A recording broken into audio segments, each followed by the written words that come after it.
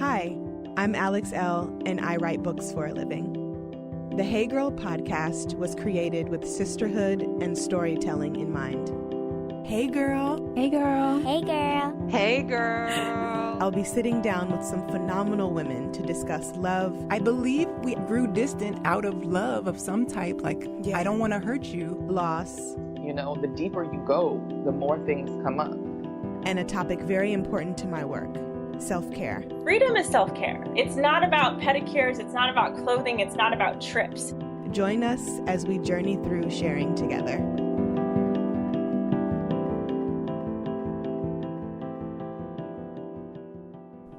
Today on the show, we have a really special guest.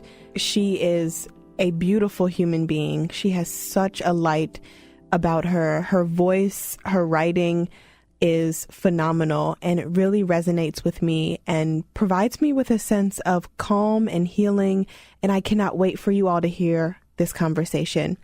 I'm sitting down with Jamila Reddy, who is a writer, Buddhist, and life coach.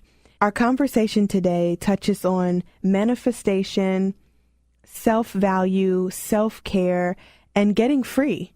And Jamila leaves us with so many gems in this episode. She dives deep into what self-care looks and feels like to her. She dives deep into career, love, and everything else in between. I really hope you enjoy this episode. Here's Jamila's story. Hey, girl. Hey, girl. How are you? I am good. How are you? I'm good, Jamila. Thank you for being on the show with me today. I've been itching to talk to you, so I'm so happy we're able to make this work.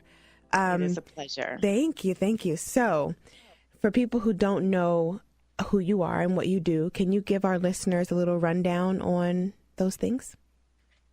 Yes. I am a writer, and I'm a thinker. I knew this question was coming, and I thought about how I wanted to answer it. So I just did a little exercise where I thought to name all of the things that I feel like I am that are separate from the things that I do. So I'm a writer, a thinker, I'm an explorer, I'm a teacher, I'm a healer. And I really feel like a citizen of the world. Like I feel very much a part of many tribes, small and large. So I enact those identities in lots of different ways, but mostly it's through writing. That is beautiful. Your writing is amazing. And the reason why I wanted to have you on the show is to talk about your voice through writing, but also being a woman of color and in the self-care space, and you're a Buddhist. So I wanted to really tap into those different aspects of your life. How has self-care played a role in who you are today? Because you talk a lot about being your best self and showing up for yourself and pouring into yourself so you can pour into others. How has that helped you on your journey? So for me, self-care is really about, it's a manifestation or an expression of valuing my life. Mm-hmm. And I started to really honestly, I think, when the Black Lives Matter movement started to pick up, I thought about what does it mean for me to believe that? Such that I can convince other people if that's what I felt like I had to do. I don't feel like I have to do that anymore. But at the time, that was a big question, is do I believe that I'm valuable? And so self-care became a way that I was able to enact my belief. So, if I love myself, I'm going to stay hydrated today. And so, it kind of becomes a little game that I play with myself to see how generously can you love on yourself today? As a constant reminder that I am worthy and that I have a gift to offer, that I have to protect the gift. So thinking of myself as valuable helps me remember to treat myself as such. And I had to believe that I was valuable and that my life was valuable if I was ever to tell anyone that truth for themselves. And that's really what I feel like I'm trying to do, is remind people you're so valuable and you're so powerful and you have so much potential, and don't sabotage it. Yeah, I mean, I love when you make your videos and share them on social media because normally it's what I need to hear. Like, girl, have you drink your water today? Have you stayed hydrated? Are you loving on yourself? Because as givers, right, as givers, teachers, healers, and women of color, it's so easy for us to pour and forget to replenish. And I want to tap on, I want to touch on that a little bit too. Just being a woman of color in this space and realizing your value. I know for me, it was really difficult at first, walking in my light and in my truth and really believing how valuable I was. Like, I didn't deserve dysfunction in relationships. I didn't deserve settling. I didn't deserve half empty friendships. I deserved fullness in my entire life and my entire being, but it took me a lot of trial and error to get there and to get what I wanted. How has that looked for you? Finding that self-value and really believing it, not just speaking it, but believing it. It was through many a Tinder date. If I am being 100%, I dated a lot of in fact, I was like, I could write a book. In fact, I am writing a book. Yes, ma'am. About all of these stories that I have, about the ways that I allowed myself to stay stuck in this narrative of like, this is all I can get. It's like kind of settling. Really, it's not even kind of, it's settling. Yeah. I was like, I didn't believe that I could have, totally love-filled, transparent, courageous, joyful relationships. And so I didn't. So I can't, after, and of course, with all of these relationships, there comes a point where you're like, what am I, there's a moment of like, lucid, you're lucid, and then you start your process to free yourself. And I feel like I did that over and over and over and over until I was like, Jamila, girl, have you had it? And I got tired of myself. I'll switch it up, switch it up. So it also does feel like an evolved process to get here. And I still find myself sometimes being like, again, really, you're here. And that's why I remind myself, I honestly use social media because I need the reminders. I'm like, I need this reminder. And it feels like it's more solidified when I share out. That's so funny that you say that, because I had a woman ask me, does it feel more real when you share it or when you just simply do the work? And for me, I have to do the work first before I share. And that's because we live, for me, and I want to touch on this. I'm so glad this conversation is flowing so organically, because I have these notes down and we're like literally hitting these notes without even trying. Yes. For me, social media has become really loud for people, including myself. So there have been moments where I've just had to log off, and I'll share something and I'll log off. And I find that it's become kind of this self-care trend, this self-care competition, this let me share to get validation on what I'm sharing. And I think that a lot of people have been there, including myself, like, oh my gosh, are they going to like this, or whatever the case may be, right? So what I started doing is doing the work, being intentional about the work, doing the work for me, writing the words for me, and then being able to open up and share and reflect and therefore, I guess, assist other people. How do you think self-care has played a role in social media and vice versa? Do you think that social media has kind of clouded self-care or how people navigate the space? Or do you feel like it's helped? Because I'm on the fence about it. It kind of, I don't know, makes me feel weird sometimes. Right. I mean, I think it's definitely a yes and. It's both. I think that, I was just reflecting on like how you have solidified the idea of self-care for however many hundreds of thousands of people. And it's like how honestly revolutionary that is. And that cannot be denied. Someone the other day told me that people follow you because they trust you. There's something about you that they want to align themselves with. Right. And it's literally in the language. That's Right. why they're called followers. People follow your journey. They follow your lead because they trust you to guide them. And I am also the person like scrolling, being like, her vacation looked more fun than mine. And my meals never look like that. Right. Right. I don't got no garnish just laying around. Right. Right. Immediately kind of invalidating all of the work that I know to be true about myself because of this like kind of, it's like mental trickery space. And so honestly, I am in the habit of unfollowing. I just saw your post. I went to your social media just to kind of like dive back into some of these questions that I had. And I saw where you shared unfollow anybody who makes you feel bad about yourself. I am. Dive into that. It's self-sabotage to give so much energy to things that make you feel less capable. And it's so easy to do.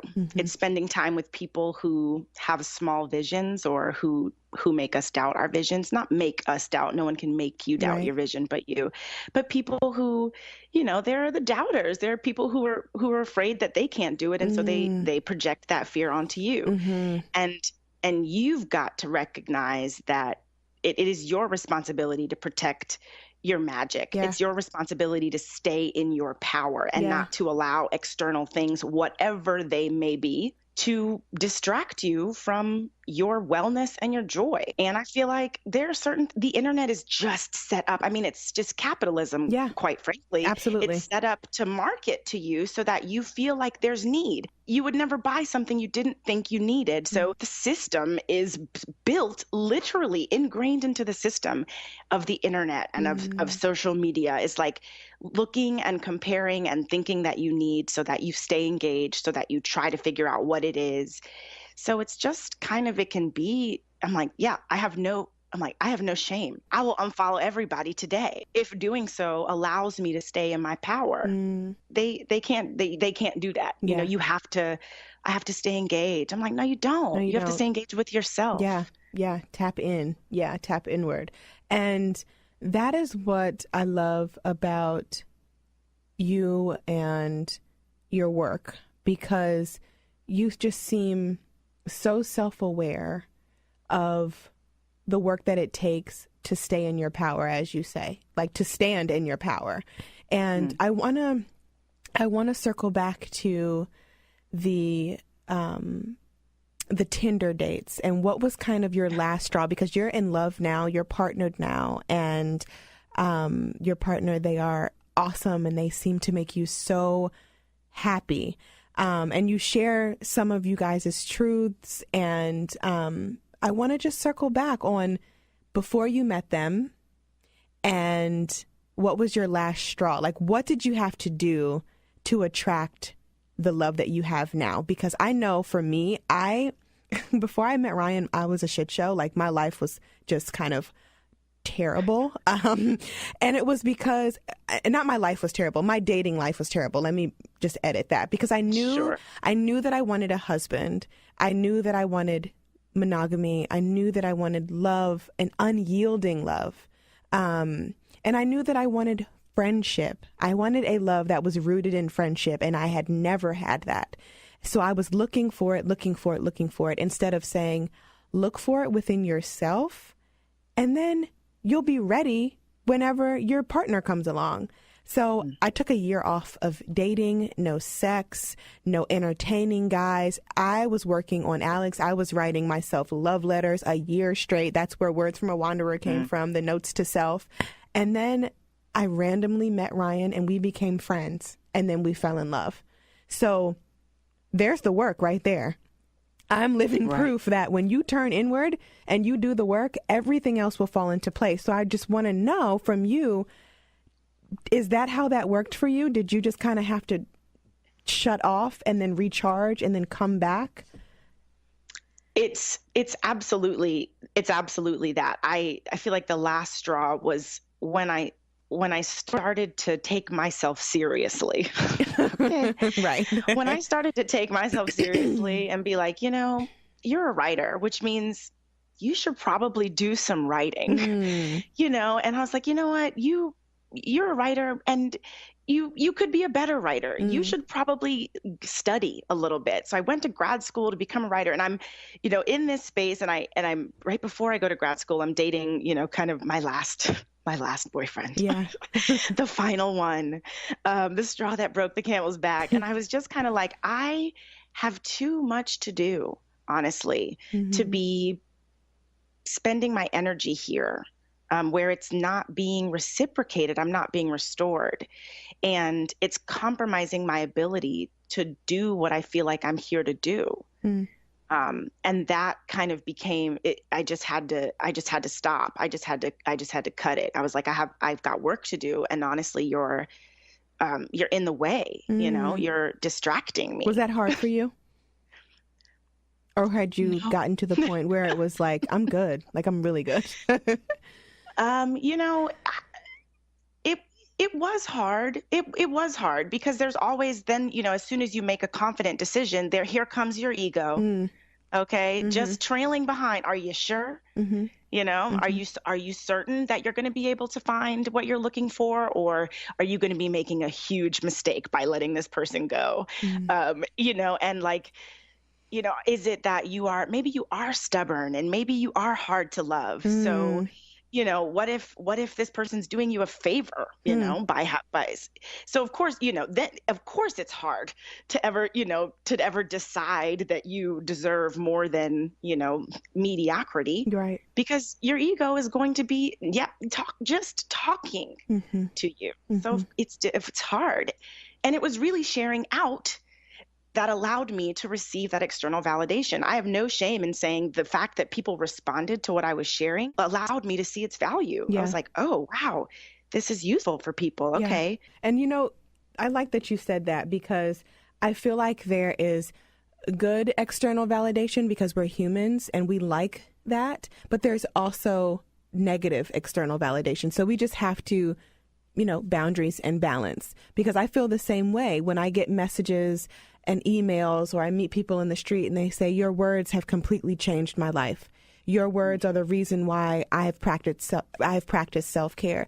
Your words are the reasons why I stopped drinking. Your words are the reasons why I didn't kill myself and I went to a therapist.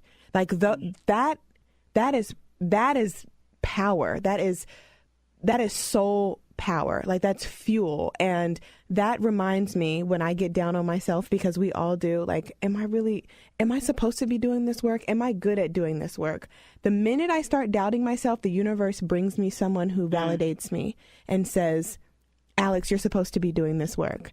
And I had a meltdown maybe like a week ago, because I just, you know, I had just had the baby and I was, you know, kind of out of commission with Neon Soul. Like I cut off my tour last year. The book is a year old now. I was like, am I going to go back on tour? The book is old in the literary world now. Like, what am I going to do? You know, people kind of have forgotten about it, or I was just giving myself all types of negative self-talk and focusing on the negative instead of what the work has done and what I have done to get the work to where it is.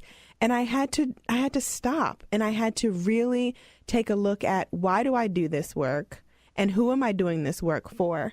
And I logged off the internet, because then you're on other people's pages and you're like, you know, this writer is a New York Times bestseller and I'm not, and all this stuff. It can be so loud, right? And I turned inward and I had to just give myself a pep talk. And I had to go in the mirror and I had to say my affirmations.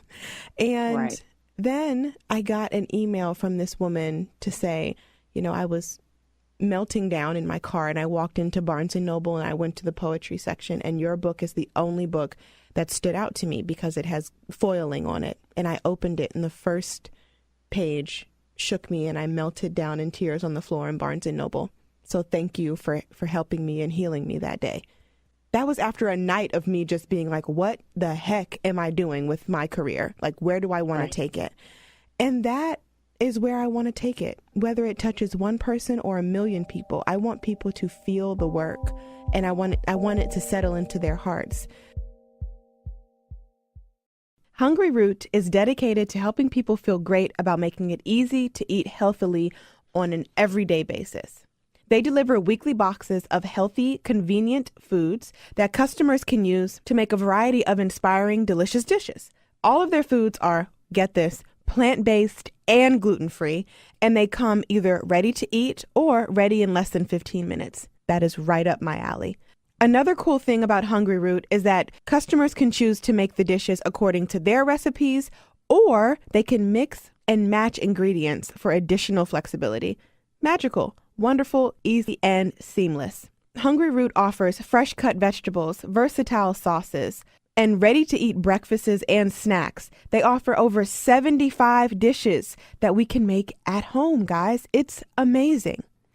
Their fan-favorite sweet potato pad thai is made with sweet potato noodles, my favorite, spicy peanut sauce, another favorite, and snap peas. Delicious. Each box includes everything you'll need to make that week's dishes. It can range from breakfast, lunch, dinner, and snacks. Hungry Root's mission is about more than food. Hungry Root was created to positively impact people's everyday lives through delicious and nutritious eating. For $25 off each of your first 2 deliveries, a total savings of $50, visit hungryroot.com and enter promo code HeyGirl at checkout. That's www.hungryroot.com and enter promo code HeyGirl for $25 off each of your first 2 deliveries.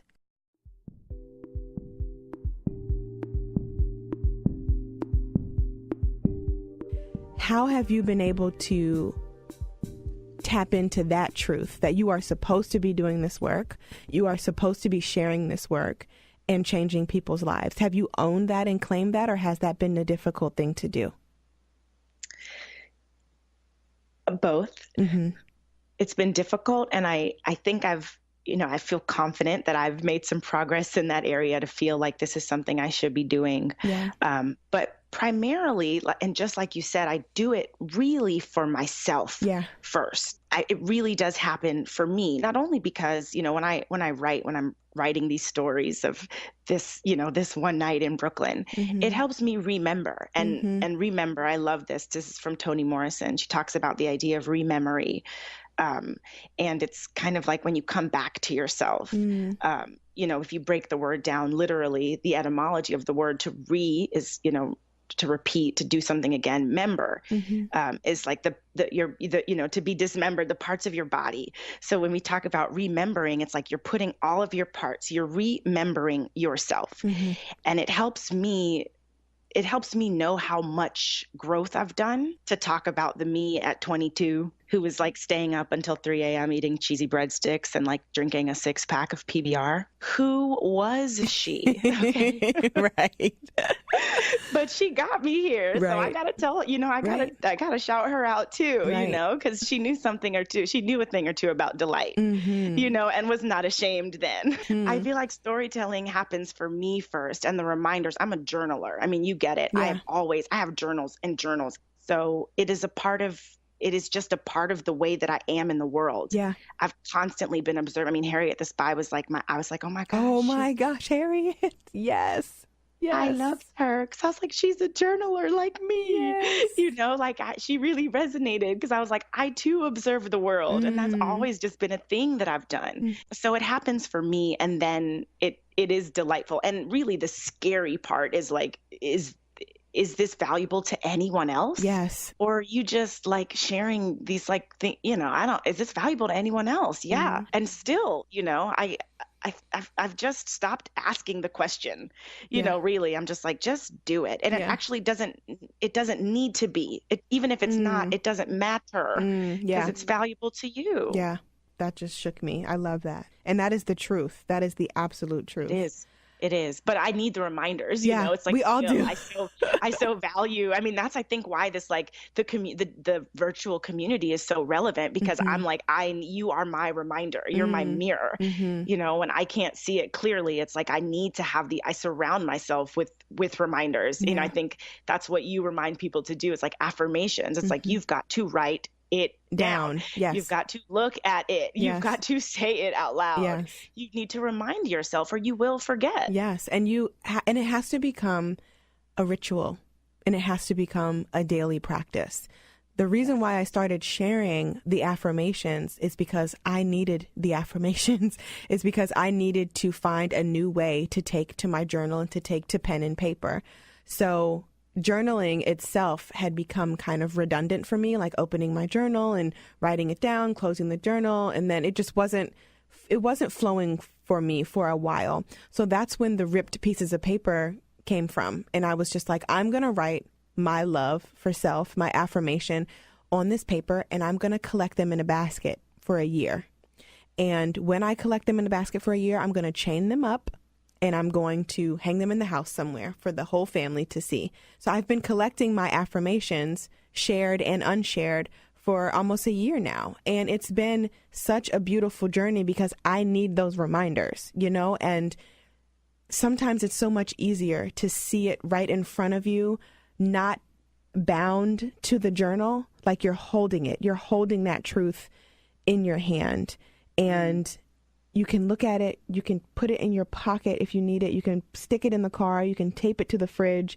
It's free and it can follow you. And that's why the affirmations are on the paper. And I shared them because I needed that. I share what I need because I know that if I need it, someone else needs it.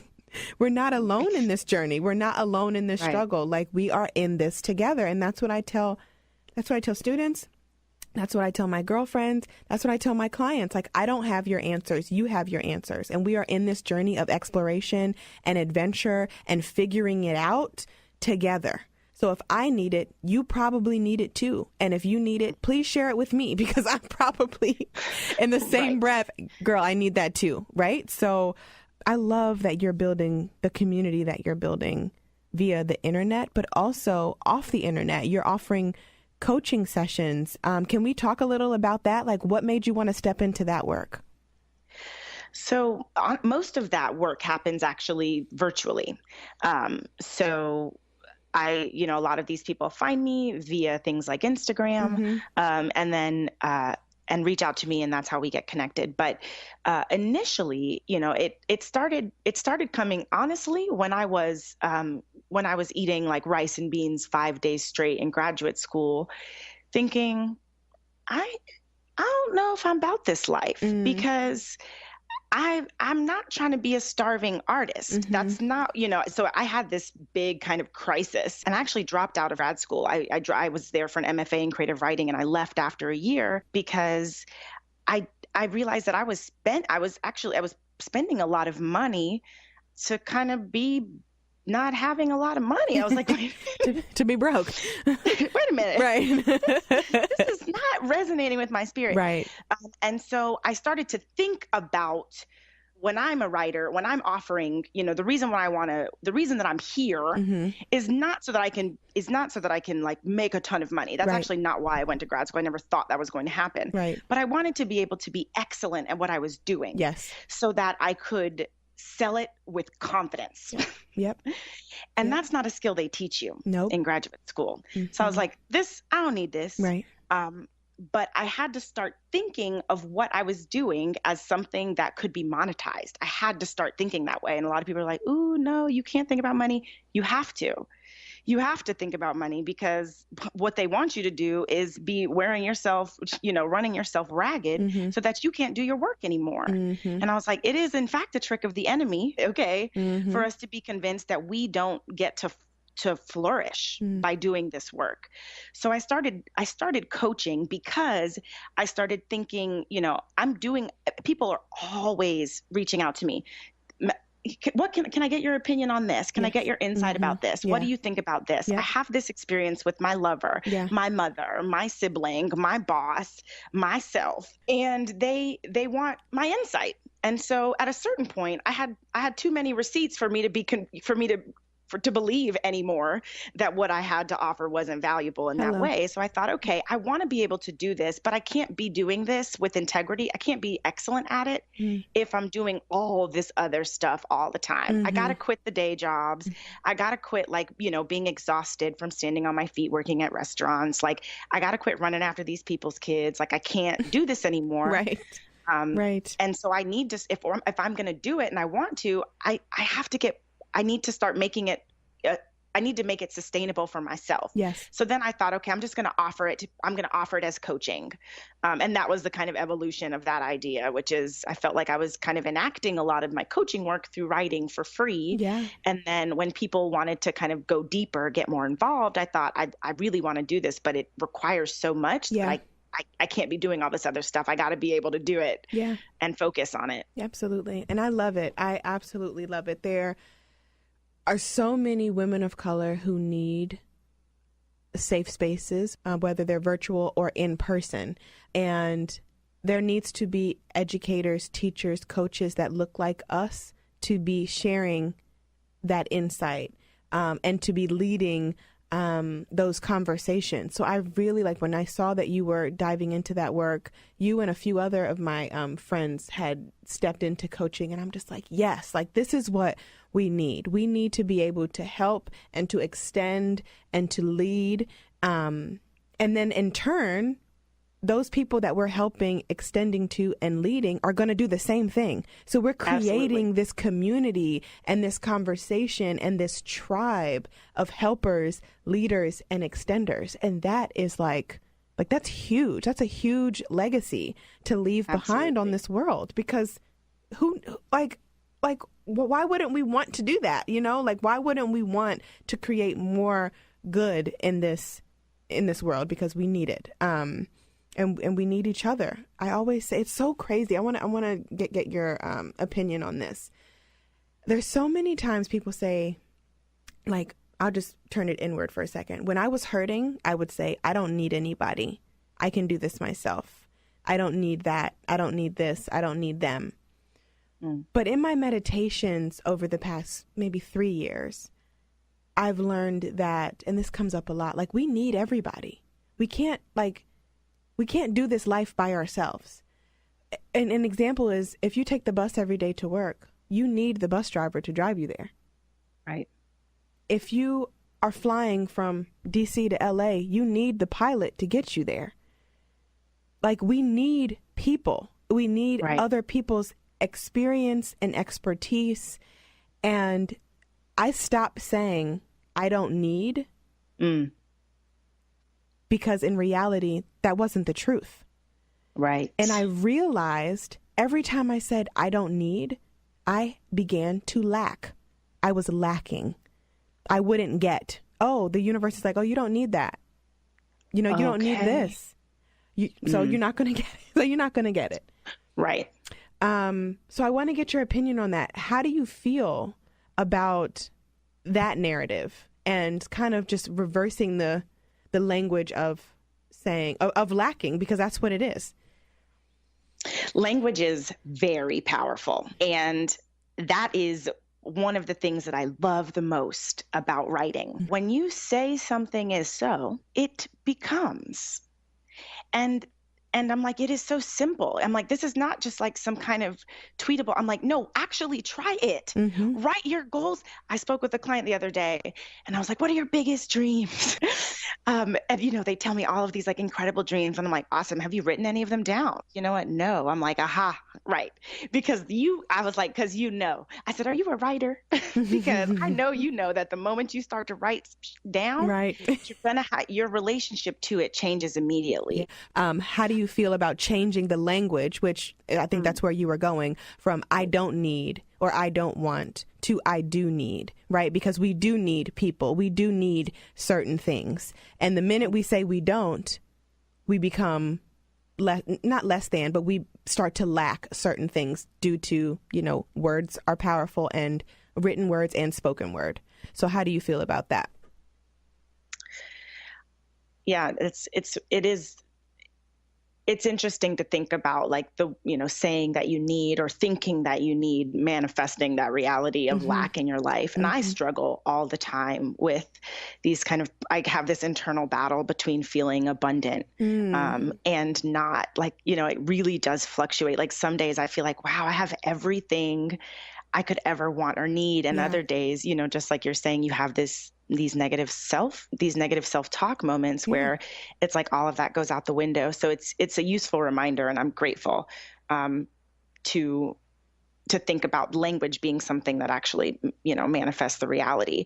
And I feel like this is, to go all the way back to the beginning of our conversation is one of the big reasons I practiced Buddhism, because I find the language to be so illuminating. Just like reading Buddhist philosophy, I'm like, that's what it is. Like, it's not a prayer is a determination. It's I determine for this to be my reality. And every day I determine, and I sit in that determination. And when I am grounded, that is what I mean when I say I'm in my power. It means I am still determined. I've stopped saying, like, I need this. It's like, I am determined to have this. And that reminds me that it's active. Yes. It becomes more present. It becomes a thing. I'm like, oh yes, you're still determining to do that? Great. What you about to do about it today? Right. It becomes an ongoing thing instead of just like a worry. Yes. That is it. When did you step into Buddhism, and when did you realize this is it for me? This is the language and the practice that I need. I want to say it was 2015, 2016? It was the summer where both Alton Sterling and Philando Castile were murdered, kind of back to back. It was like, I think it was in the same week. And I had been dating my partner for a few months, who has been practicing Buddhism for 10 years. Okay. And I was like, I'm done. I'm logging off. I can't do this anymore. I cannot this. And, of course I was on my, I'm too powerful for distractions. I was like, this is not helping me stay in my power. I feel defeated, utterly defeated by this. It feels never ending. And I was like, I'm done. And my partner was like, you have a powerful gift to offer, and you cannot allow the world to defeat you. You cannot allow it to defeat you. You can find a way. It doesn't have to be so. I think that's what they said. You don't have to be defeated by the world. It is a possible reality for you to be able to look all of the world's violence and injustice and suffering in the face and not be defeated by it. So they were like, I encourage you to try chanting. So part of, I practice Nichiren Buddhism, and it's characterized by the practice. It's a daily practice of chanting the title of the Lotus Sutra, which the Lotus Sutra is one of the Buddha's most profound teachings, because it dictates that every single person already contains Buddhahood, is already inherently a Buddha, is a being characterized by infinite wisdom, infinite compassion, and infinite courage. That's what it means to be a Buddha, that you are enlightened to the reality of who you really are. And so I started chanting as a way to remember, that I am a person that has healing capacity, and the intention of actually all of this. The intention of all of this, the bad news all over, is really to take away my power. I mean, that is, I cannot magnify that work. When you can literally kill somebody and take away their actual physical life, and you can render someone hopeless, which means they're no longer taking action to change anything, which means they might as well. I mean, they're not useless, but you take away their power, you take away their life force. So I was like, you're not going to take away my life, but if I allow you to take away my life force, I might as well be dead. There's nowhere to go, which is very morbid, but it's kind of like it became a very obvious reality that I couldn't be complicit. I was like, oh, if I let them defeat me, if I'm allowing these systems to make me hopeless, then, if I'm hopeless, then I'm not going to try to change anything about it. And it just keeps happening. And then I'm complicit.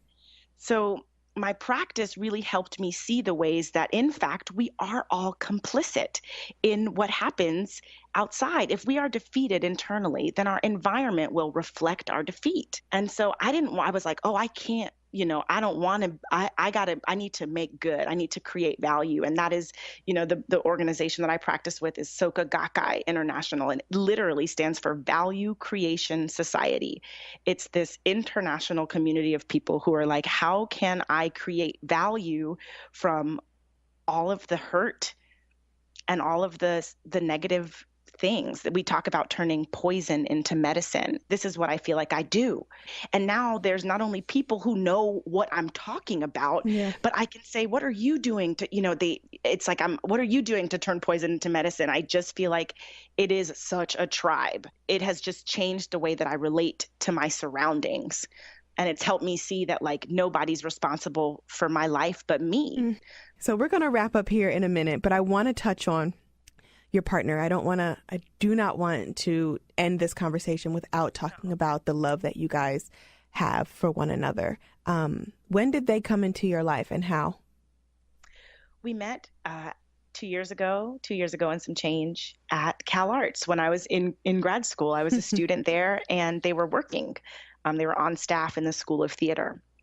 And we ran into each other at an open mic. The Black Arts Collective was hosting an open mic, and we both showed up. And, I was in graduate school and they were working on staff, and we kind of evolved into these roles as like the parents, like we were like the auntie and uncle of, this group. And we were like, I've done undergrad. Let me tell you a thing or two about how to throw an open mic, I was just, I feel like we came from a place of experience. And so we collaborated first as friends and collaborators, really. We were producing events together. And this kind of season of programming for this organization. And it was just such fun. It was such fun. And we worked so well together. And then at a certain point, they were like, do you want to get dinner? I was like, huh. And then our friendship evolved and we started hanging out. And, now we're doing it. We're doing the partnership thing, which is, it's when we first started dating, my partner said, I'm looking for a partner. I was like, ooh. Right. Okay. Right. Put it out there. Can we just be clear? Put it out there. Which was so new. Actually, I was like, wow. I mean, it was kind of like, this is exactly what I want. And this is what I need. And when there were discrepancies, it was a thing that was like, wasn't like, I'm going to be mad at you. And it was like, I feel like I'm not getting this thing that I need from you. And I just want to, have a transparent conversation about whether or not you feel like you have the capacity to provide it, or, I'm trying to cultivate it for myself, but I would like support in these ways. Wow. Like this is something else. It's new, right? Isn't it new? Isn't it so like, I'm hearing very similar connection that Ryan and I had. Like it was new. And I was just like, wow, somebody wants to be with me and love me and like not walk away from me when things get hard. Right. And that's what I'm hearing with you and your partner. Just like we're in this, like we're partners. Like this is a partnership. We're friends, we're lovers, but we're partners in this life. And that, man, that's so special. And I really want everybody to feel this. Like, I don't know if you've gotten this question, but a lot of people have asked me, how did you know Ryan was the one? How did you know Ryan was the one? And I'm like, I don't know. You just know. And when I was asking a friend of mine years ago, literally maybe like 7 or 8, 9 years ago, when she met her partner, I was like, how did you know he was the one? Because I was looking like, how do you know? Because no one seems to love me the way I need to be loved or how I love them. And she goes, I've been there and you'll know when you know. And I'm like, girl, that is the most cryptic. Listen, that doesn't tell me anything. Like, but come on, Miss Cleo. Right. Give me something. What are you saying? Right. But then I met Ryan and I was like, yo, this is what she was talking about. This, you just know. And you know because you don't feel empty. You don't feel lacking. You don't feel uneasy. You feel like this person is like down for me. And this person isn't going to just crap on me. They're going to love on me. And that is something I hadn't had before. And I just want everybody to feel what you feel and what I feel in our partnerships, because at the end of the day, it's so much deeper than a relationship, right? It's layers to it. And man, just hearing you talk about that just gave me all types of feels. One of the things that I think is most noteworthy about my current relationship is that for the first time, I am with somebody who loves themselves. Listen, deeply, Jamila. Deeply. And it is the difference. Jamila, yes. It's the difference. You know what I mean? Yes. Yes. And so I don't have to worry, actually, that I'm not good enough, because I have seen this person every single day make decisions that prioritize their wellness and their joy. I have no evidence that this person would ever compromise it, because it's so consistent. And so it allows me to be courageous, because I don't have to worry, I know that we can both evolve together, and I don't have to fear this, like, what if I outgrow you, or what if you outgrow me? That's not there anymore. It's just like we're growing together. And that's where we are. It's what's happening right now. And I don't have to be like freaking out about what it's going to be. But right now we're growing together, and it feels great. Oh, that's everything, literally everything. Last thing, you got a haircut and you look beautiful. And you are making me miss my bald head. So what brought that on? Like, you look amazing, and your smile, your face is glowing, your smile is even bigger and brighter. Like, how do you feel with this new look? I feel good. It's, so I'm like, oh, wow. I'll look at myself and be like, oh, right. In the mornings, like, you have no hair on your head. But one of my friends said, now everybody will just assume you're a Buddhist, which I was like, that's not a bad thing. Right. I don't hate it. But I feel good. It feels good to experiment and just to kind of switch it up such that you can experience, what changes when you change. I feel like that is one of the things that brings my life a lot of joy is, like just trying something new and seeing what it teaches you or what it brings you. And it does change the way you're seen in the world. It absolutely does. It's like when I'm walking around in the world with no hair, the way that I'm perceived is much differently when I've got like a big, fluffy Afro puff, and a pineapple on top of my head. Like the people see me differently. Yeah. So not to say that there's any value assigned to being, to whatever mode of expression one chooses, but it's been so valuable for me to be able to witness and to learn from that kind of freedom of expression and the diversity of expression that I've given myself permission to play with. It's huge. It reveals so much. I love it. And you look amazing and beautiful. Thank and you. You are glowing. So to conclude our conversation, I wish I could talk to you all day. I really do. This was just so filling for me. So thank you. Thank you. I'm so glad to hear it. And same always. Oh, love. Let's give people some self-care tips to walk away with. So your top 3 self-care tips, what are they? My top 3 self-care tips are: 1, stop judging the way you feel. There's no judgment in being tired or cranky or hungry or low energy or sad. Whatever it is, don't judge it. Just be with it, listen to it, and then respond. That's number 1. Number 2, surround yourself with people who will remind you when you need to be reminded. Whatever, that can be a therapist, that can be, you can have, your alarm in the morning be a recording of whatever it is. Surround yourself with reminders, because it's easy to forget, and the world is actually set up for you to forget. Yep. And number 3, be curious about how you might feel better and function better.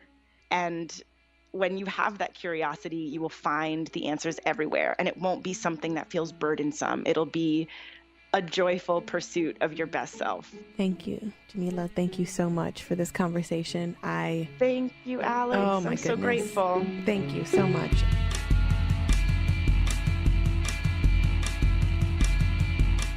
Hey Girl is a member of the District Productive Network. Produced by Jamie Benson and me, Alex Elle. Music provided by DC's own Kokai.